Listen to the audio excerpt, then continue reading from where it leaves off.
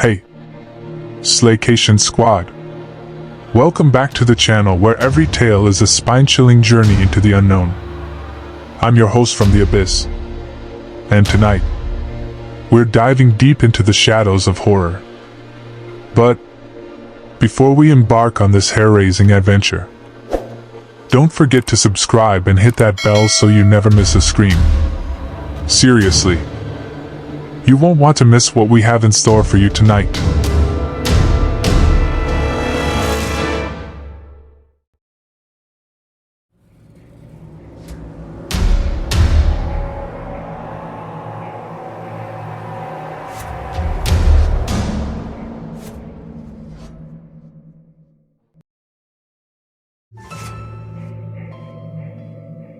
The moon hung high in the inky black sky, casting an ethereal glow over the isolated orphanage.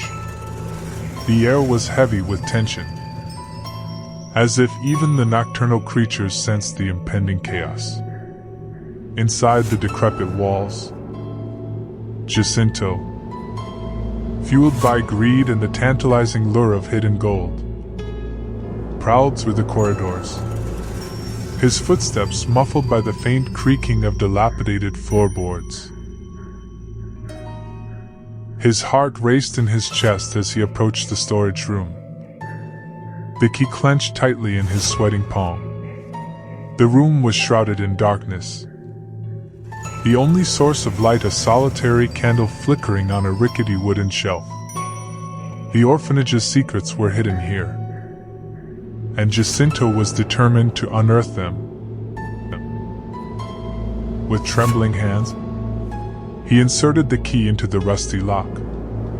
A shiver of anticipation prickled up his spine as he turned the key, the heavy wooden door groaning in protest as it swung open. The scent of dust and musk permeated his nostrils, but he paid it no mind, eyes scanning the room with a predatory hunger. Rows upon rows of dust-covered boxes lined the shelves, their contents concealed within. Jacinto's eyes fell upon a worn leather satchel, partly hidden behind an ancient trunk. A greedy smile tugged at his lips as he reached for it, his fingers brushing against the smooth surface. This was it, the key to untold riches. As he pulled the satchel closer, he felt a sudden chill in the air. Goosebumps prickled along his flesh, and a sense of foreboding gripped his gut. His eyes darted around the room, searching for the source of his unease, but saw nothing amiss. Dismissing his fear as mere paranoia, he refocused his attention on his prize. With trembling hands, Jacinto undid the decaying clasp of the satchel. The bag snapped open, revealing its precious contents, glittering gold coins and jewel-encrusted trinkets. Jacinto's eyes widened, greed burning brightly within them. Here, in his grasp, he held his ticket to fortune. But as his fingers brushed against the cool metal of the coins, a sudden gust of wind swept through the room, extinguishing the candle's flame. Darkness enveloped him, thick like a suffocating fog. Panic surged through Jacinto's veins, his breath coming in ragged gasps. An oppressive silence settled upon the room, broken only by the sound of his pounding heartbeat. Then, from the depths of the shadows emerged a figure.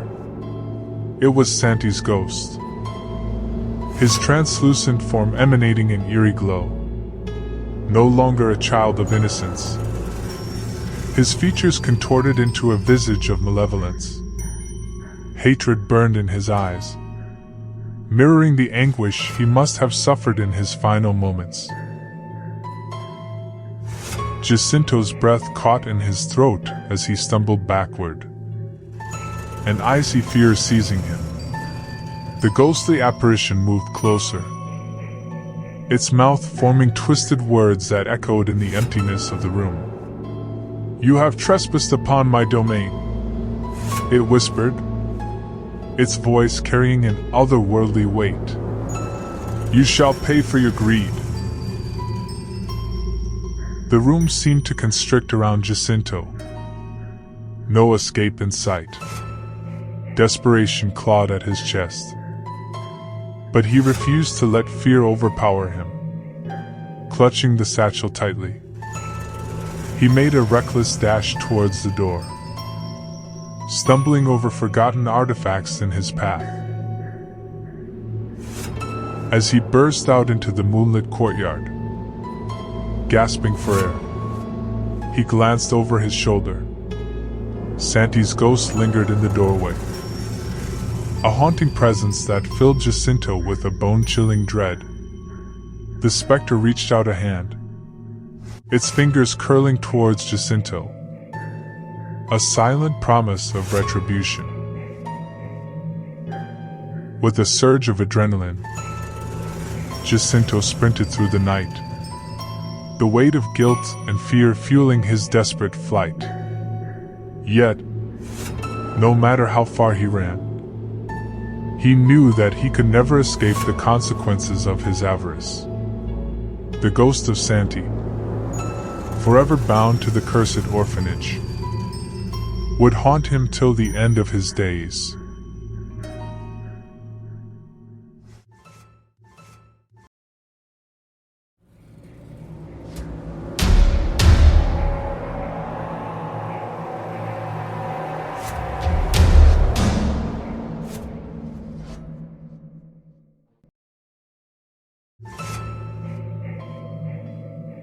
The night air hung heavy with tension as the children gathered in the dimly lit orphanage courtyard. Their small figures were dwarfed by the towering, ominous presence of Jacinto, his eyes gleaming with a dangerous intensity. The pale glow of the full moon cast an eerie glow across the scene, painting shadows on the cracked cobblestones. Carlos stood at the forefront, his young face a mask of determination.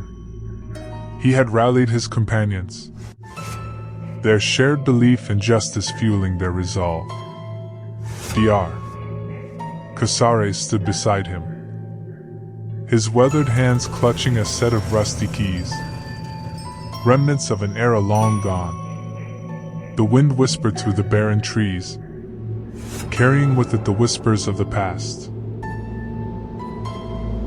Santi's ghost hovered nearby, a specter of sorrow and vengeance.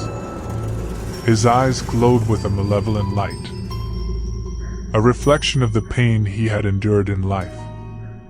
The children trembled, not from fear, but from the sheer weight of responsibility that now rested on their narrow shoulders. Jacinto's snarling voice cut through the tense silence, his words dripping with malice. "You children think you can defy me? You think you can protect your secrets? Let me tell you something, you little rats. Your precious Dr. Casares will not be able to save you this time." A collective shudder ran through the group as they locked eyes, silently pledging to stand together, come hell or high water.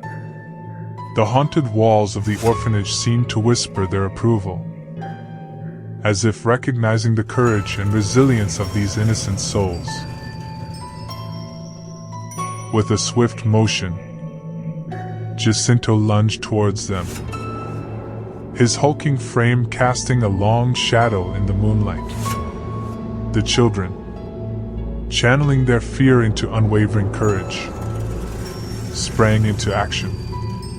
Maria, with her nimble fingers and quick reflexes, darted under Jacinto's outstretched arm, snatching the treasured keys from his grasp. Victoria, a quiet girl with a fierce determination, let out a piercing battle cry as she launched herself at Jacinto's legs, catching him off balance. Her small fists pounded against his shins, her determination a sharp contrast to her delicate appearance. In that moment, her quiet strength became a beacon of hope for her peers. Meanwhile, Carlos and Dr. Casares stood side by side, their eyes locked on Santi's glowing form.